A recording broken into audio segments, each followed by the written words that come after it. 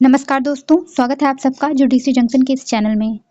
संविधान के सीरीज में आज ये 6th लेक्चर है। इसके पहले हम 5 लेक्चर देख चुके हैं। आप चाहे तो प्लेलिस्ट में जाकर के देख सकते हैं। पिछले वीडियो में हमने पढ़ा था नागरिकता, ठीक है, जो था आर्टिकल 5 से लेकर के 11 तक। और आज के इस वीडियो में हम पढ़ेंगे भाग 3, जो कि मौलिक अधिकार है। और उसमें हम सारे अभी आर्टिकल नहीं पढ़ने वाले हैं। भाग 3 में जो आर्टिकल 12 है, जो राज्य की परिभाषा बताता है, उसको हम आज इस वीडियो में देखने वाले हैं। ठीक है, तो चलिए वीडियो शुरू करते हैं।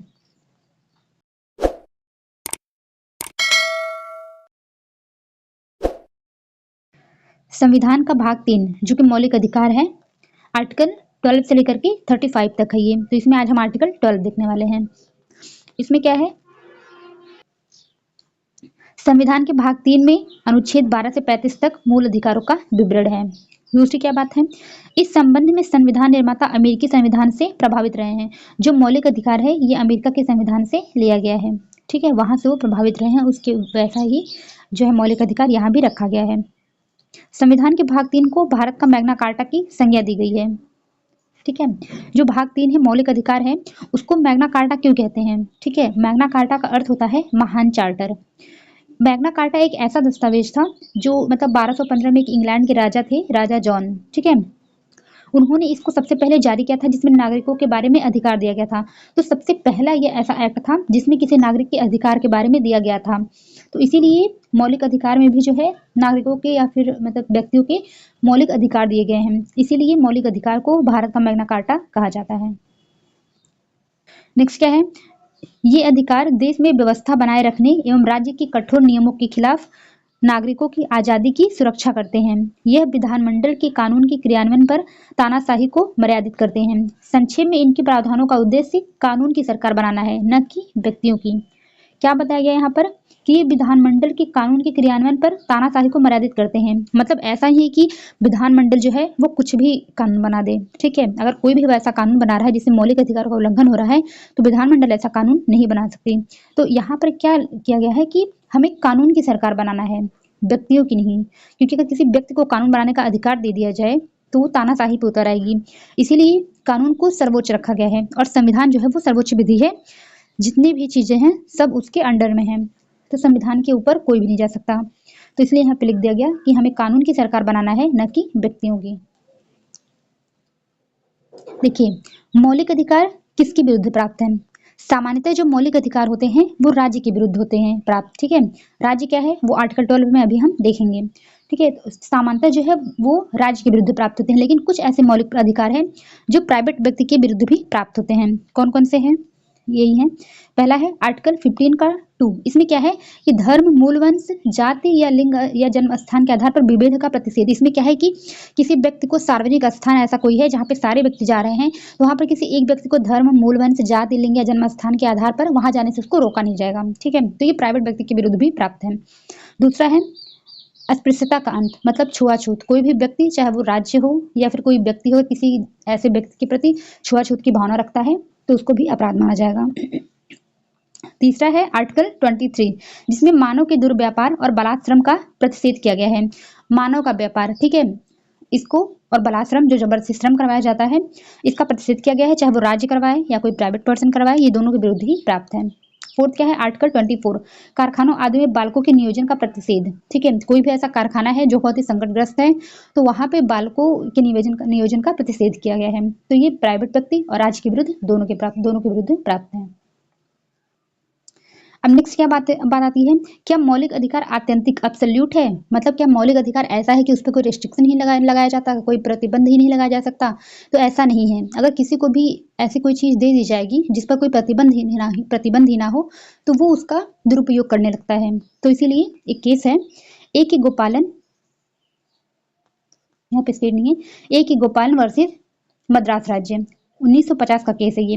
इसमें जस्टिस मुखर्जी थे। इन्होंने क्या कहा कि कोई ऐसी चीज हो ही नहीं सकती जिसे असीमित स्वतंत्रता या पूर्ण स्वतंत्रता दी जाए। ठीक है, जिस पर से सभी प्रकार के अवरोध हटा दिए जाएं। अगर किसी भी चीज पर से सारे प्रकार के अवरोध हटा लिए जाएंगे तो इसका परिणाम अराजकता और अव्यवस्था हो सकती है। अतः सरकार इस पर युक्त प्रतिबंध लगा सकती है। ये बात ध्यान रखनी है कि सरकार इस पर युक्त प्रतिबंध ही लगा सकती है। ठीक है, मनमाना प्रतिबंध नहीं लगा सकती। फिर एक कॉन्सेप्ट आया व्यक्तिगत हित और सार्वजनिक हित में सामंजस्य। इसमें क्या बात की गई, इसमें व्यक्तियों की भी बात की गई और सरकार की भी बात की गई, राज्य की बात की गई कि यदि व्यक्तियों को असीमित अधिकार प्रदान किया जाएगा तो इसका परिणाम भयंकर हो सकता है, वो इसका दुरुपयोग करने लग जाएंगे। ठीक है, लेकिन अगर राज्य को इन अधिकारों पर प्रतिबंध लगाने की स्वतंत्रता दे दी जाए तो नागरिकों के अधिकारों के लिए खतरा उत्पन्न हो जाएगा कि वो तो मनमाना प्रतिबंध लगा देंगे। तो इस स्थिति में यह आवश्यक है कि व्यक्तिगत हित और सार्वजनिक हित में सामंजस्य स्थापित किया जा सके। ठीक है, मौलिक अधिकार के महत्व, इसके संबंध में केस हम देखने वाले हैं। तो पहला है एम नागराज वर्सेस भारत संघ 2007 का केस है।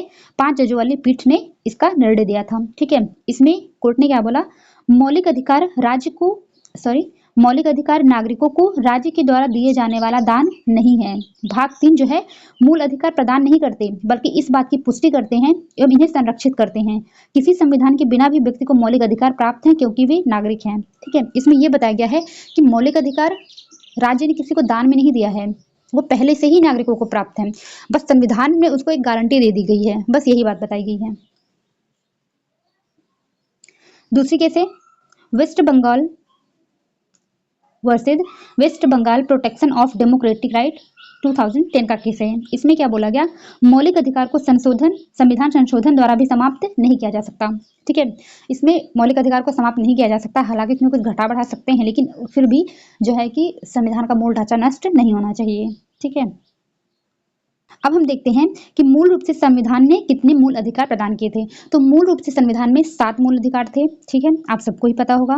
तो बाद में जो है एक मौलिक अधिकार जो संपत्ति का अधिकार था उसको 44वें संविधान संशोधन 1978 द्वारा हटा दिया गया था। ठीक है, तो देख लेते हैं। पहला है समता का अधिकार जो आर्टिकल 14 से लेकर के 18 तक है। दूसरा है स्वतंत्रता का अधिकार जो आर्टिकल 19 से लेकर के 22 तक है। तीसरा है शोषण के विरुद्ध अधिकार आर्टिकल 23 से लेकर के 24 तक है। फोर्थ है धर्म की स्वतंत्रता का अधिकार आर्टिकल 25 से 28 तक है। फिफ्थ है संस्कृति और शिक्षा संबंधी अधिकार, यह आर्टिकल 29 और 30 में है। सिक्स है संपत्ति का अधिकार जो कि अब नहीं है। ठीक है, संपत्ति के अधिकार को 44वें संविधान संशोधन 1978 द्वारा मूल अधिकारों की सूची से हटा दिया गया है। इसे संविधान के भाग 12 जो संविधान का भाग 12 है अनुच्छेद 301 के तहत कानूनी अधिकार बना दिया गया है। अब ये मौलिक अधिकार नहीं है, इसको कानूनी अधिकार या संवैधानिक अधिकार कह सकते हैं। सेवेंथ क्या है, संवैधानिक उपचारों का अधिकार जो आर्टिकल 32 में दिया गया है। तो अब जो है 6 मूल अधिकार हैं। ठीक है, अभी जो मैंने आपको बताया उसमें आर्टिकल 14 से था, लेकिन जब मैंने ऊपर पढ़ाया था तो वहां पे था कि आर्टिकल 12 से लेकर के 35 तक है मौलिक अधिकार। तो 12 और 13 क्या है, तो आर्टिकल 12 में है राज्य की परिभाषा। मैंने ऊपर बताया कि मौलिक अधिकार राज्य के विरुद्ध प्राप्त है, तो ये तो पता होना चाहिए कि राज्य कौन है। तो राज्य की परिभाषा दी हुई है आर्टिकल 12 में। ठीक है, 13 क्या है, मूल अधिकारों से असंगत या उनका अल्पीकरण करने वाली विधियां। अगर कोई भी ऐसी विधि बनती है जो मूल अधिकारों से असंगत है या उनको कम करती हैं तो ऐसी विधियां शून्य होंगी या असंगतता की मात्रा तक शून्य होंगी। तो इसके बारे में प्रावधान दिया गया है आर्टिकल 13 में। आर्टिकल 13 जब देखेंगे तो इसको बहुत अच्छे से जानेंगे, इसमें बहुत से डॉक्टर हैं वो भी पढ़ेंगे। ठीक है, अभी आज के लिए हम पढ़ेंगे आर्टिकल 12 राज्य की परिभाषा। इसमें क्या है, इस भाग में जब तक इस संदर्भ से अन्यथा अपेक्षित न हो, ठीक है, जब तक कोई बात और न कही गई हो, राज्य के अंतर्गत क्या कहेगा, भारत की सरकार एक तो आएगी, दूसरी संसद, राज्यों में से प्रत्येक राज्य की सरकार, विधानमंडल और भारत के राज्य क्षेत्र के भीतर या भारत सरकार के नियंत्रण के अधीन स्थानीय और अन्य प्राधिकारी हैं। तो इस प्रकार से हम देखेंगे कि राज्य के अंतर्गत क्या क्या आता है। तो एक तो है भारत सरकार एवं संसद, सबको ही पता है, पार्लियामेंट और जो सेंट्रल गवर्नमेंट है। ठीक है, दूसरा है राज्य सरकार एवं राज्य विधानमंडल जो कि विधि बनाने का काम करती है, संसद जो विधि बनाने का काम करती है, और राज्य सरकार। तीसरा है सभी स्थानीय प्राधिकारी। स्थानीय प्राधिकारी के बारे में भी आपको पता होगा, जो नगर पालिका है, पंचायत है, ये स्थानीय प्राधिकारी होता है। ठीक है, नगर पालिका, पंचायत ये भी पहले जो है संविधान में नहीं था। ठीक है, तो बाद में जो है 73वां और 74वां संविधान संशोधन करके जो है अनुसूची 11 और 12 में नगर पंचायत और नगर पालिका को वहां पे जोड़ा गया है। ठीक है, अन्य प्राधिकारी ये तीनों तो आपको पता है, लेकिन अन्य प्राधिकारी क्या है ये संविधान में स्पष्ट नहीं दिया है, तो इसके बारे में बहुत कंफ्यूजन है। तो सुप्रीम कोर्ट ने निर्णय दिया है समय समय पर और बताया है कि क्या राज्य के अंतर्गत आएगा क्या नहीं आएगा, अन्य प्राधिकारी के विषय में बताया है उन्होंने। ठीक है, वो आगे भी हम केस के थ्रू देखने वाले हैं। इसके पहले हम ये देखते हैं कि जनरल क्लॉजेस एक्ट 1897 का है साधारण खंड अधिनियम। इसमें सेक्शन 3 कि सब सेक्शन 31 में, ठीक है, इसमें स्थानीय प्राधिकारी क्या होता है उसके बारे में बताया गया है। तो इसमें क्या है, स्थानीय प्राधिकारी से नगर पालिका समिति, नगर पालिका जो कि जैसे पंचायत होता है ग्राम स्तर पर, जो है जैसे ग्राम स्तर पर पंचायत होता है ना कि वहाँ पे स्थानीय प्रशासन के लिए, वैसे ही शहरों में नगर पालिका होती है, वहाँ के स्थानीय प्रशासन के लिए बनाया गया होता है। जिला बोर्ड क्या है, जो पंचायत है उसकी सबसे शीर्ष पे जो संस्था होती है, सबसे शीर्ष पे जो निकाय होती है वो होती है जिला बोर्ड, ठीक है, जो कि काम क्या करती है कि जो विकास कार्यक्रम की व्यवस्था करती है, ठीक है। पत्तन आयुक्तों का निकाय या अन्य प्राधिकारी जो नगर पालिका या स्थानीय निधि के नियंत्रण का प्रबंध का वैध रूप से हकदार है, ठीक है, जो मतलब नियंत्रण और प्रबंध का कार्य करते हैं उनको बोला जाता है स्थानीय प्राधिकारी, या जिसका नियंत्रण या प्रबंध सरकार द्वारा न्यस्त है, ठीक है, वो क्या होगा, अभिप्रेत होगा। अब देखते हैं न्यायालय का निर्णय, इन्होंने बताया कि क्या राज्य है क्या राज्य नहीं है, ठीक है। तो इसमें एक केस आए P D Shamdasani versus Central Bank of India 1951।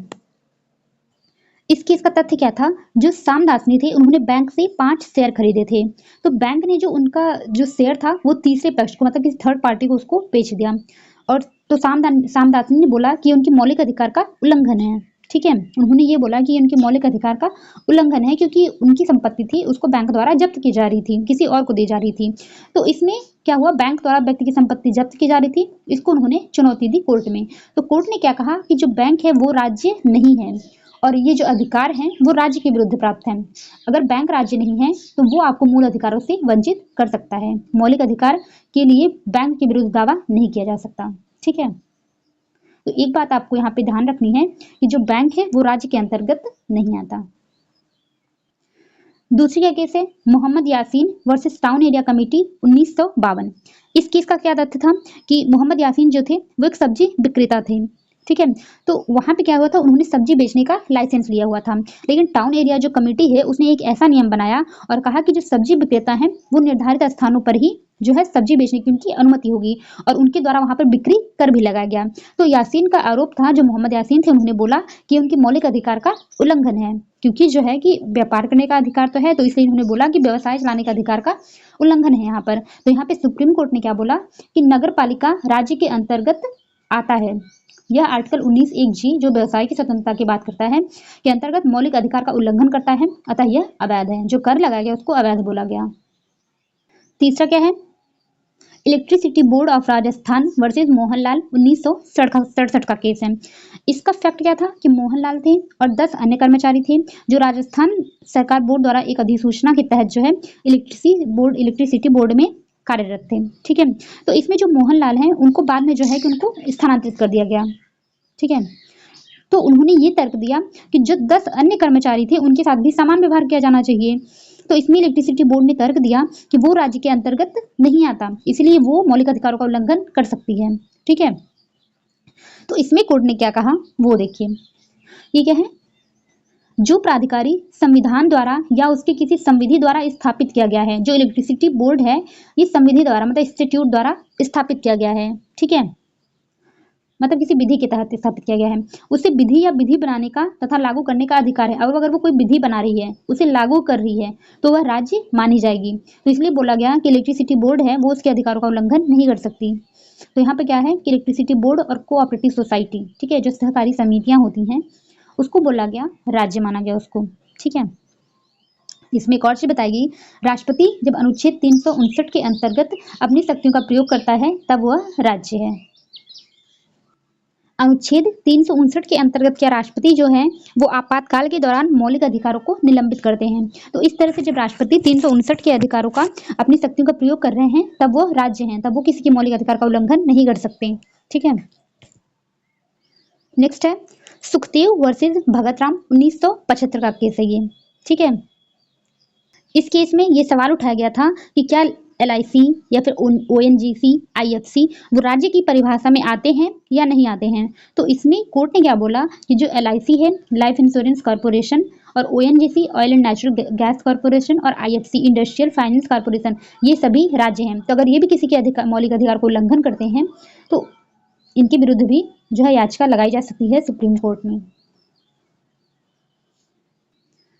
Next है Ramya Dayaram Shetty versus international airport authority of India 1979।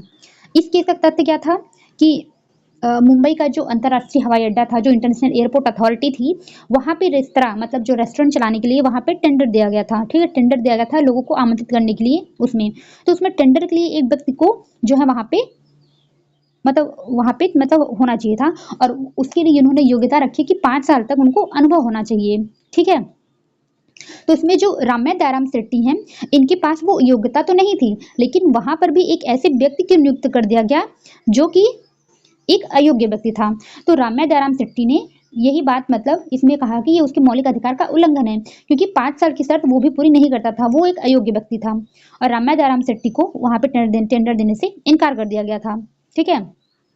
तो इसलिए यहाँ पे इस केस में जो है कोर्ट ने क्या बोला कि जो एयरपोर्ट अथॉरिटी है वो भी राज्य है, क्योंकि एक सरकारी कंपनी तथा रजिस्टर्ड सोसाइटी सरकार के अभिकर्ता है, ठीक है? अजय हासिया वर्सेज खालिद मुजीब 1981 का केस है।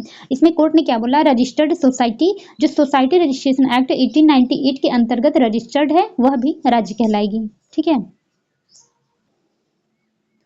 Pradeep Kumar Biswas versus Indian Institute for Chemical Biology 2002 का केस है ये।